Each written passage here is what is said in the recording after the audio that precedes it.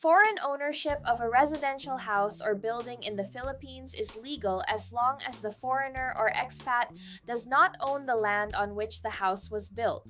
Have you heard that one before? If you clicked on this video, the chances are you are thinking to purchase a property in the Philippines and make it your forever home. Am I right? Okay, then let's get into it. Hi everyone, this is Ashley and welcome back to Philippines Update. Today we are going to talk about 5 legal ways to own a property in the Philippines as a foreigner. Yes, all of this is perfectly legal, no monkey business allowed in here, okay? Let's get started. But first in this topic, who do we consider as foreigners? Former Filipinos, or the ones who gained citizenship in other countries and lost their Filipino ones. Children of former Filipinos, and lastly, foreign nationals, which most of you watching this fall into. People from all over the world. Now that it's clear, here are the ways on how can a foreigner acquire a property in the Philippines.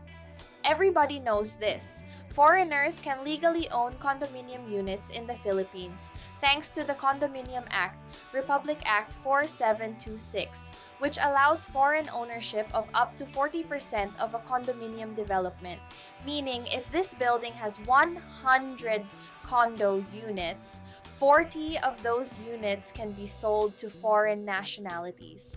I made a separate video where I show you if owning a condo in the Philippines is a good investment. I will link the video down below. While most condominiums in the country are high-rise buildings, there are a few townhouse or single detached home developments that operate under the condominium ownership model, meaning they come with condominium certificates of title. If you are interested in learning more about townhouses under this setup, feel free to contact us via the Google form linked in the description. I can help you with it.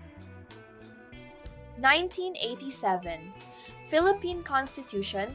Foreign nationals are generally prohibited from owning land in the Philippines, with limited exceptions such as inheritance.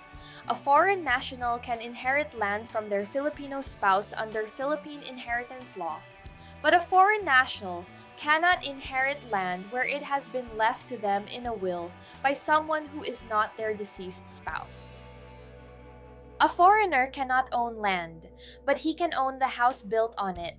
Foreigners can own buildings and other improvements on the land. What do I mean by that is you can lease the land and own the house or building you built. Leasing land in the Philippines on a long-term basis is a good option for foreigners, according to the law under Republic Act number 7652, otherwise known as the Investors Lease Act. They may enter into a lease agreement with Filipino landowners for an initial period of up to 50 years, renewable once for an additional 25 years. But this has been revised and updated this 2025. This bill will now allow foreign investors to lease private lands in the aggregate period of 99 years. However, the leased area must be used solely for the approved and registered investment. Foreigners cannot own land directly. However, they can co-own land under some circumstances. For example, if the property is titled in the name of the Filipino spouse, the foreign spouse may have beneficial interest due to contributions during its acquisition.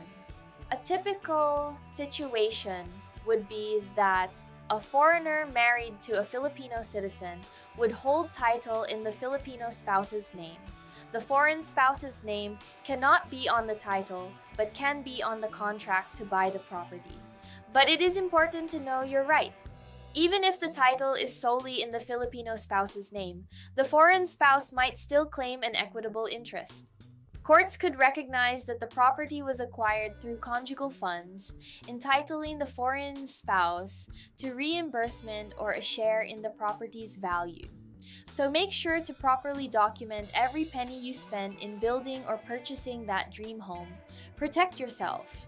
Just to set an example, in the case of Vilasi versus Garcia, the Supreme Court ruled that the general rule, the accessory follows the principal, meaning a property owner also owns anything attached to it, is not absolute.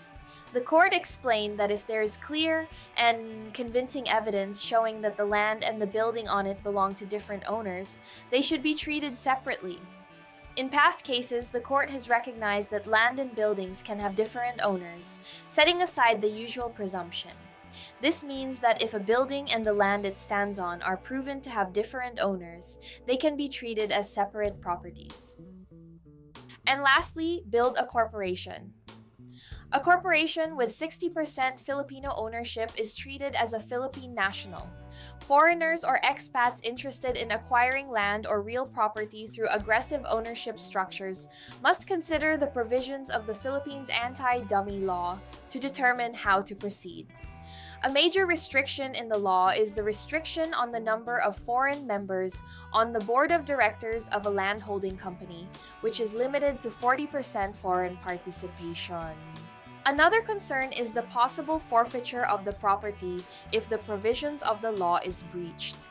To take ownership of a private land, residential house and lot, and commercial building and lot, they may set up a domestic corporation in the Philippines.